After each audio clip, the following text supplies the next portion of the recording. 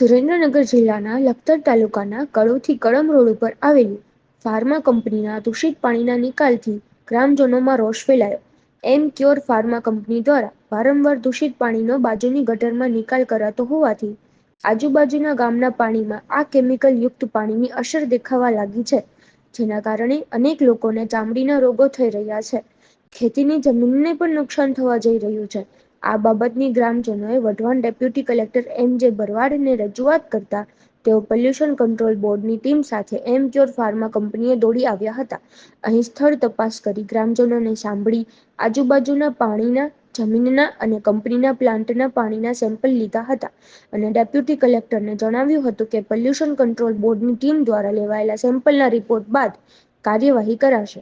બીજી તરફ ખુલ્લેઆમ સરકારી નિયમોના ધજાગરા ઉડાડતી આ એમ ક્યોર કંપનીના સત્તાધીશોને જાણે તંત્રનો કોઈ ડર જ ના રહ્યો હોય એવું લાગી રહ્યું હોવાથી કંપનીને સીલ કરી દઈ દાખલારૂપ કાર્યવાહી કરાય એવી પણ લોકો માંગ કરી રહ્યા છે. મારું નામ શક્તિસિંહ બલભદ્રસિંહ રાણા.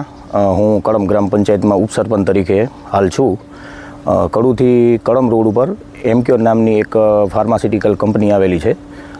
તેમાંથી ઘણીવાર દૂષિત પાણી સાઈડમાં રહેલી આરએનબીની ગટરમાં છોડવામાં આવતું હતું, જેના અમોએ 2-3 વાર રજૂઆત પણ લેખિતમાં મામલતદાર સાહેબ તેમજ પ્રાંત સાહેબને કરેલી હતી અને એના સેમ્પલ પણ લેવાના હતા, પણ તે છતાં એનો કોઈ નિકાલ થયેલ નહોતો.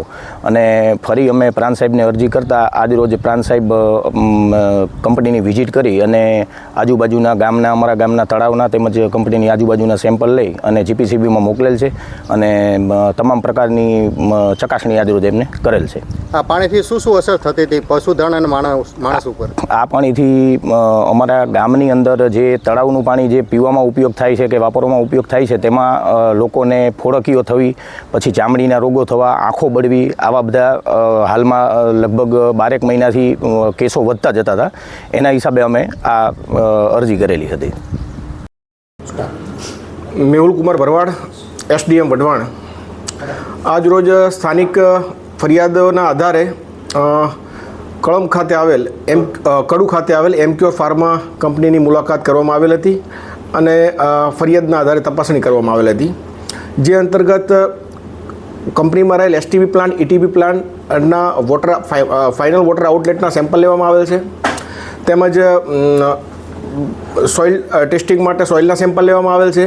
તેમજ નજીકના જે ગ્રાઉન્ડ વોટર સોર્સ છે, તળાવ છે, પોન્ડિંગ છે, ત્યાંના સેમ્પલ લેવામાં આવેલ છે. જે સેમ્પલ જીપીસીબીના અધિકારીઓએ લીધા છે અને એ સેમ્પલ ચકાસણી